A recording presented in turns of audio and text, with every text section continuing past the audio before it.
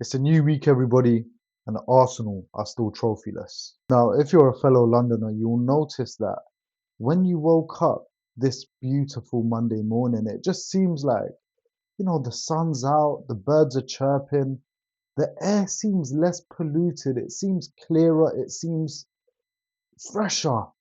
I can't explain it. It just seems that there's a bit more peace this morning. And a lot more of a somber, humble tone that I'm, sensing in my chakra. Do you understand what I'm trying to say?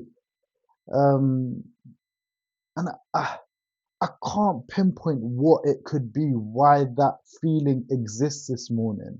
I don't know. I did hear some stuff about a quadruple. I did hear that, but hey, anyway, let's get to the rest of the video. Carabao Cup Final, Arsenal nil, Manchester City 2. And we're going to talk about the 5 things that we learned from the Cup Final yesterday and Manchester City's triumph. And we will start with Manchester City before we get to the doom and gloom of us now, us now, us now.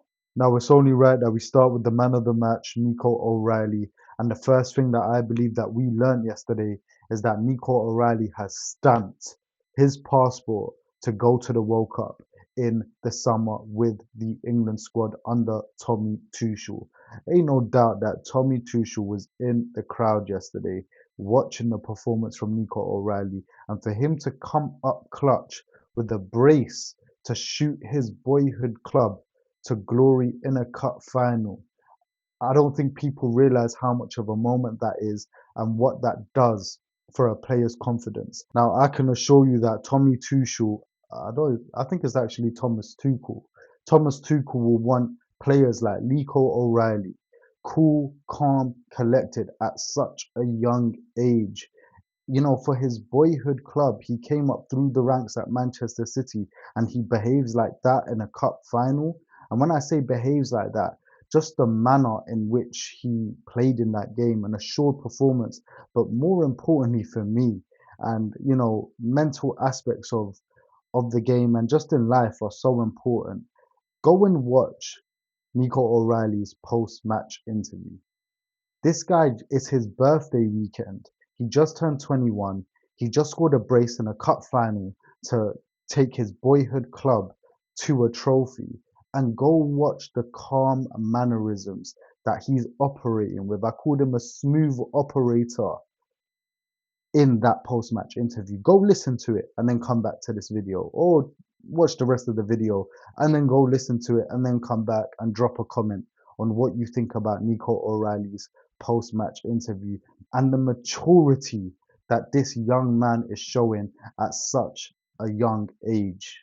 Now, aside from Nico O'Reilly's amazing character, it's about his quality too, because he's been one of City's better players this season, in a season where they've had a lot of turbulence, a lot of transition, a lot of new players, and not the most amount of gelling that's been happening in the squad. And I do feel like Pep Guardiola has used Nico O'Reilly to fill in the gaps time and time again this season. Whether it's at left back, whether it's in midfield, whether it's in a left attacking midfield, whether it's on the left wing, Nico O'Reilly has been Pep Guardiola's go-to guy. And yesterday, Nico O'Reilly was playing left back, but you can still see him, especially when City are dominating the ball. And we will get to the masterful performance from Rodri later on. But when City are dominating the ball and having most of the attacks wave after wave, Nico O'Reilly has that license to show his attacking threat and get into the half spaces. And that's exactly what he did yesterday. And he pops up with 2 goals. He's just such an assured footballer, such a calm footballer. He's calm under pressure. He's a good passer of the ball. And like we can see, he's a goal threat. And he's decent at defending too. Don't forget, Madueke had one opportunity towards literally the last moments of the game where he got past Nico O'Reilly. But for the rest of the game, anyone that came up against him, Saka, who obviously had another bad performance, we will get onto that. But Saka was pretty much locked up. Madueke didn't really have a word. And that is down to Nico O'Reilly. And shout out to Nathan Ake because he definitely helped him with that too. What a breakout season for the youngster. And I don't doubt, like I said, this is the number one point from all of this. Nico O'Reilly will be on that plane in the England squad for the World Cup. Without a doubt, Thomas Tuchel will be selecting Nico O'Reilly. The second thing that we learn is that Pep Guardiola is not done yet. It seemed like people were trying to paint the narrative that Pep Guardiola's a bit past it. He's been found out. He's getting a bit outdated by the haram football. But no, Pep Guardiola said, yeah, let me show you what's up. Let me show you that we ain't done yet, even in a transitioning year. And yes, this is all with the asterisk of the 130 looming charges over Manchester City that we cannot ignore. And as a Manchester United fan, I will not be ignoring those.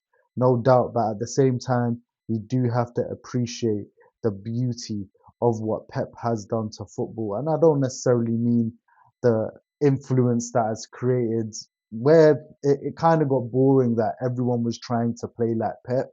But I'm just talking about the beauty of what Pep does, the beauty of his intelligence and the way he still continues to create and evolve in ways to still win trophies time and time again.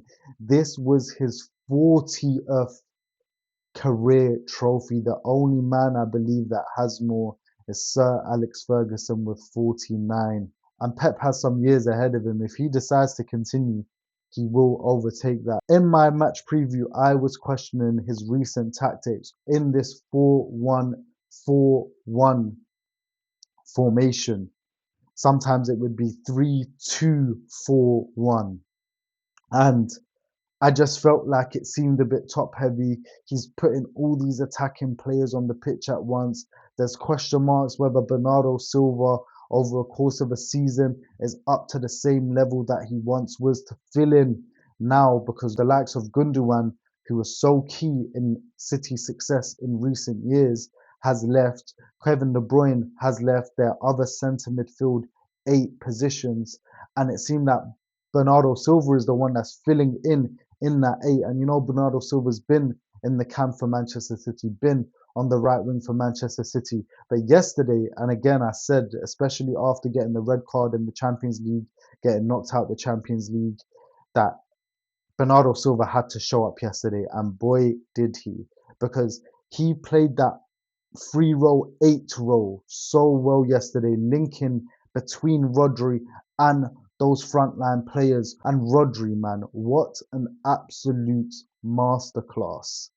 Because it wasn't just that Rodri was, breaking the lines and getting the ball to Bernardo Silva, who would then distribute it to the attacking players. No, sometimes Rodri, and not sometimes, a lot of the time, Rodri was even skipping that phase, that line, and he was going straight to Semenyo by spraying the ball out wide, straight to Doku by spraying the ball out wide, straight to Shirky, decisive between the lines. And Rodri showed why he is a top quality centre midfielder, and that form is temporary and class is permanent. And they killed me. The Arsenal fans killed me because I chose Rodri ahead of Zubimendi in my combined 11. I hope you understand why now. I hope you understand why, because you're just getting too carried away with yourselves, guys. You really are. Because they gave me a headache for that one. They gave me a headache, but Rodri did the talking for me and proved why I picked him over Zubimendi. And like I said, Manchester City getting knocked out of the Champions League, it was always bad news for Arsenal, because Pep Guardiola is not going to take that lightly. And he's going to say, what? We got knocked out of the Champions League. We're 9 points behind Arsenal in the league. They've got the FA Cup there. But, we've got a chance in our next game after getting knocked out to rectify this and make sure we leave this season with something. Yeah, Manchester City and Pep Guardiola especially were not going to leave this season trophyless, especially with the Carabao Cup Final, because Carabao Cup has been their trophy in this era. So this was perfect for them, especially against their sons of this era, Arsenal. I don't think it could have been a better team for Manchester City to play, because they absolutely played them off the park. They really did. And that was due to Rodri, that was due to Bernardo Silva. And now, listen, we have to talk. We have to talk about Arsenal's midfield. Zubimendi and Rice, the Arsenal fans will call them world class, world class, world class. They're the best midfielders in the world. I hope you realize the style of football you, and listen, I'm not now saying that your style of football hasn't been working, because it has. But like I've been predicting, when it comes to the top level, especially in knockout competition, these top teams that have players in midfield and attacking positions that can ball out and have that X factor, that star factor, if they choose to ball out on this day, your haram football will be found out. The haram football will not work against star quality. It won't. It won't. And I was wrong. I said I thought Pep needed to put another actual centre midfielder next to Rodri, whether that be Reinders, whether that be Nico Gonzalez, to gain control of the game. But no, no. They were on ultra attacking. Rodri and Bernardo Silva will control the game. And these men will just have these men doing the laps, running after the ball, running after the ball. And that's exactly what was happening. Because the way those two midfielders, Rodri and Bernardo Silva, Rodri, honestly, for me, Nico O'Reilly has to get man of the match. But if it wasn't him, it will be Rodri, man. Rodri was absolutely insane. And the way they were unlocking Doku, Semenyo, and Shirky to get into isolated positions to harm Arsenal, and have those three, trust those three to have the ability to take on their man, get past their man, and now cause dangerous situations. It was happening time and time again. And we have to talk about Shirky, by the way. You are so rude. He needs to be arrested. Ryan Shirky, the arrest warrant is out for Ryan Shirky, because astaghfirullah, brother. That is so rude. How shout out Just Busy, man. How dismissive. How patronizing. How manners, man. Like, Ryan, do you have manners? Shirky, did your parents teach you manners?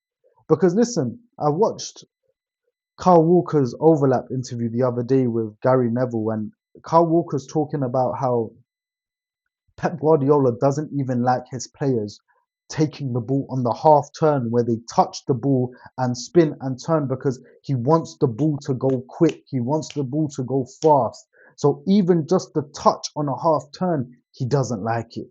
If you're going to do that, he prefers you to let the ball run and run with the ball without touching it, so the speed of the play is not lost. And Ryan Shirky is doing kick-ups. And not like quick kick-ups. He's actually doing calm, cool, collected, sexy kick-ups. 3 of them.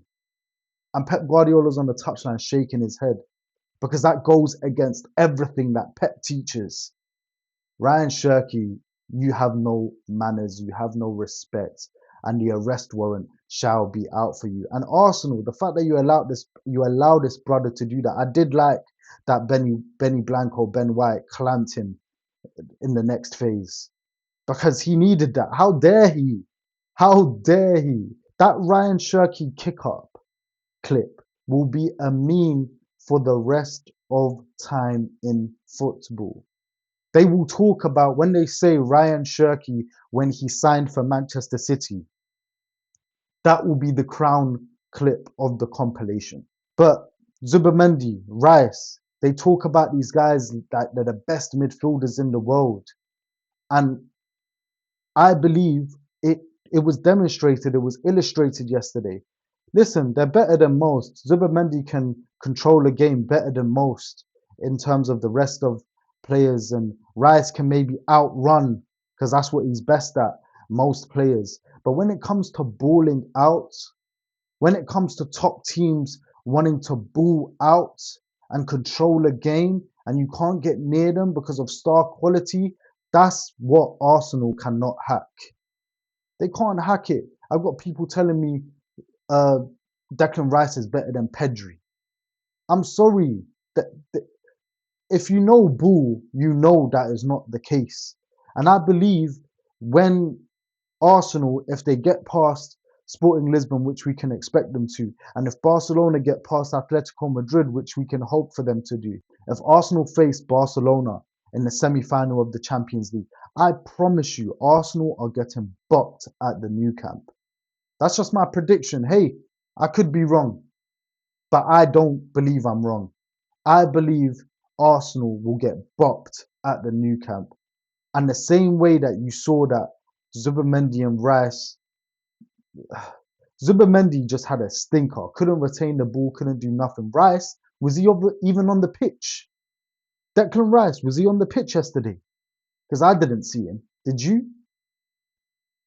It's a where's Wally situation, and I believe the likes of Pedri, other La Masia products, along with Fermin Lopez and these type of guys, they will control the tempo of that game. Lamine Yamal, they will control the tempo of that game.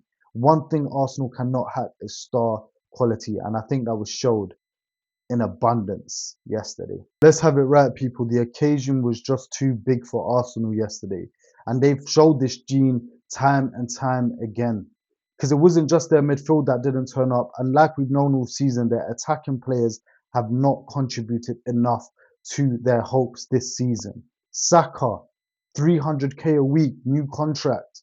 I'm sorry, that hamstring injury has got you down bad, bro.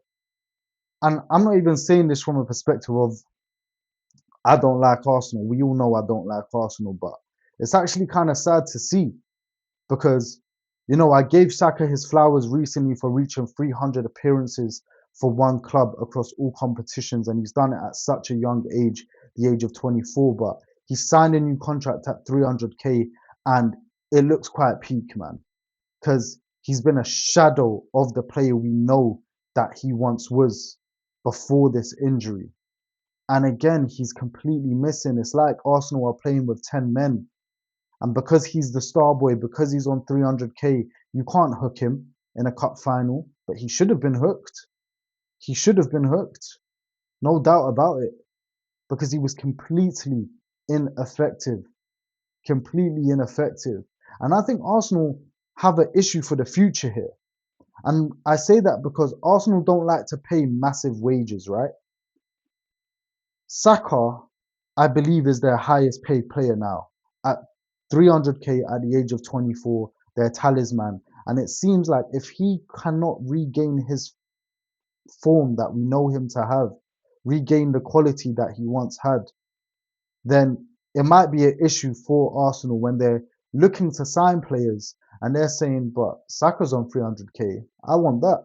Are they going to accept that Saka will be the highest paid player at their club? Because I think that puts a cap on the quality that Arsenal will go on to sign, unless they sign players and improve them, which we know Arsenal can do because they always do that. But will they be able to go sign a star player and pay him more than Bukayo Saka? Because that's what they'll need the guts to do to have consistent success over a number of years. And I don't think they will. And I think they made a little bit of a mistake by paying Saka this much money at a time he seems that he could be on a little bit of a decline. Don't forget, Saka has been playing football at such a young age.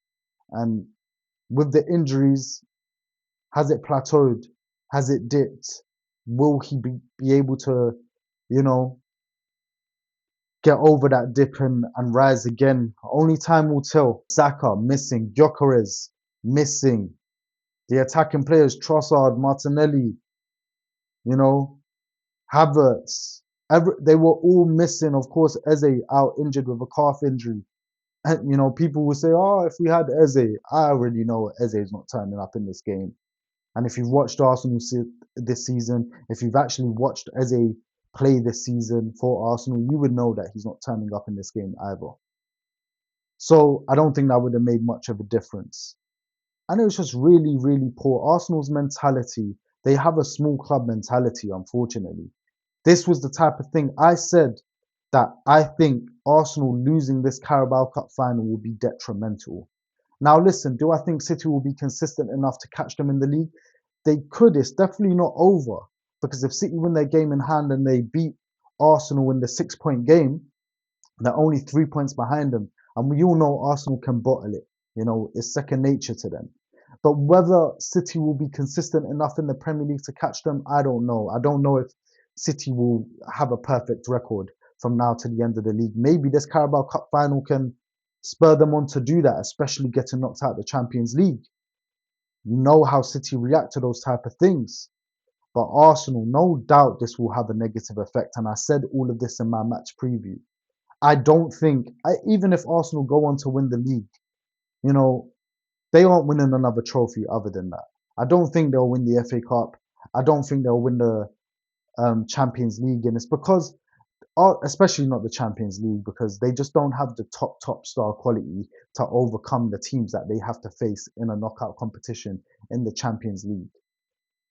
But when it comes to the FA Cup, they could. They're the top, you know, they're the most successful club in that competition. But I just think Arsenal and Arsenal fans, they have this small club mentality where they're so focused on the league that they look down upon other trophies, saying we don't want those. Why do you think Arsenal have talked down on the Carabao Cup, the League Cup for years? All Arsenal fans, they talk down on the League Cup. And yes, it is the smallest prize in England that you can win. But in my opinion, this is why. This is why. Because they have lost the most Carabao Cup finals in history. They haven't won that trophy for more than 30 years. And when Arsenal fans have a speciality on talking down on trophies that they don't win, they talk down on Chelsea's Club World Cup win. They've never even qualified for that competition. They talk down on Europa Leagues when they were in that competition for nearly 8 years, I believe. They've never won that. They talk down on it for Tottenham. They talk down on trophies that they don't win. And in my opinion, that's a smaller club mentality in terms of the top dogs. You know, those clubs, we want to win everything. And we will never talk down on trophies. We're not like that. But Arsenal fans continue to do that. And I think it's to their detriment. Because if they had a different mentality towards these things and took everything super seriously, they would be, you know, they would win a lot more trophies, in my opinion. And lastly, on Arsenal's mentality and their lack of cojones. In fact, we've still got another segment for their lack of cojones, but Arteta, it was poor from you, man. It was poor from you. And what am I talking about, Arteta? I'm talking about when you're on the touchline, 1-0 down, ready to make a change to try and rectify your cup final to get silverware over the line. You're bringing Madueke and Calafiori on the pitch to make a change. And as they're on the touchline and you're standing with them on the touchline, the second goal from Nico O'Reilly goes in and you react like that. You walk away from your players. I don't know if that was the moment, but you're recreating your meme and you're showing how that's affected you, that's stressed you in front of the players that you're bringing on. Do you think that's going to breed confidence into them? And that's when I say like Mikel Arteta lacks aura sometimes. What would have been really amazing for those players coming on the pitch is if Mikel Arteta didn't even react and he gave them the instructions and said, listen, we need you even more now. Instead, he walked away from Madueke and Calafiori. That doesn't instill confidence into those players coming on. You know what I'm trying to say? It doesn't at all. And I thought that was quite pathetic from Arteta. Has he done a great job at Arsenal? He has, but these are the fine details that I see and I think, yeah, that's a lack of top mentality. That's a lack of aura.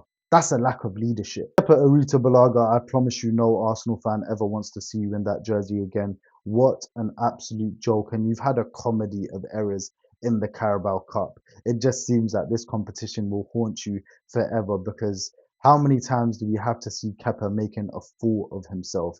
And don't forget, this was the record goalkeeping signing in the world, I believe, at one point. Let me know if that's been broken because I can't really remember off the top of my head. But Kepa Arrizabalaga, it seemed like life at Arsenal was going good, man. But you know how this goes, man. And these Arsenal fans, they will turn on you in an instant. And I promise you, you have formed a hater in every Arsenal fan for life. No doubt about that. It was so poor from you, Kepa. It really was. But listen, let's get away from Kepa and now let's talk about Arteta and his selection. Because I had a conversation with my good friend. He was an Arsenal fan, and he knows who he is. I won't mention his name. He knows exactly who he is. And we had a full-blown conversation on FaceTime about, oh, Trafford is going to be starting for Manchester City. Do you think that Arsenal will start Raya? And he said to me, I think we will, you know. And I responded saying, I will actually like that from Arsenal because that shows that forget about this moral high ground stuff. Forget about trying to play fair and trying to play nice and all of this stuff. We've been haram this season. Let's be completely haram and make sure that we get over the line in these trophies. Because as much as I banter, even to to to go on a tangent a little bit, as much as I banter Arsenal's haram football this season, I do rate the fact that they're doing it with no shame. And if it gets them a league title, they've done whatever it takes to win the league because winning is the most important thing. And Arteta's finally found a way that other teams that can't handle, and he's going with it shamelessly to make sure he wins silverware.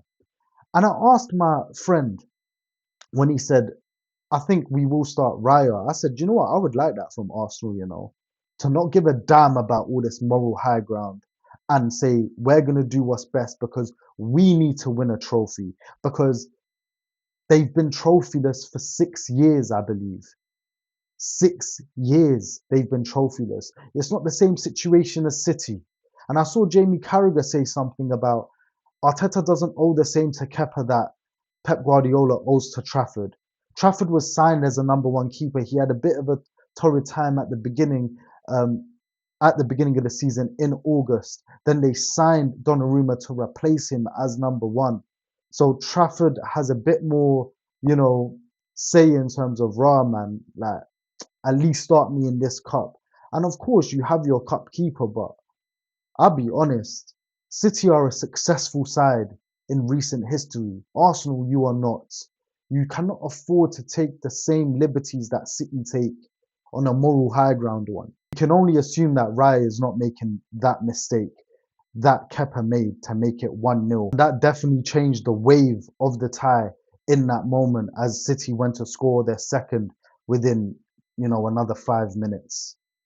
And I asked my friend when he said to me, oh, I think we'll start Raya. I said, yeah, I would like that, but do Arsenal have the cojones for that? You're a team in a lesser position. Your position is not the same as Manchester City's.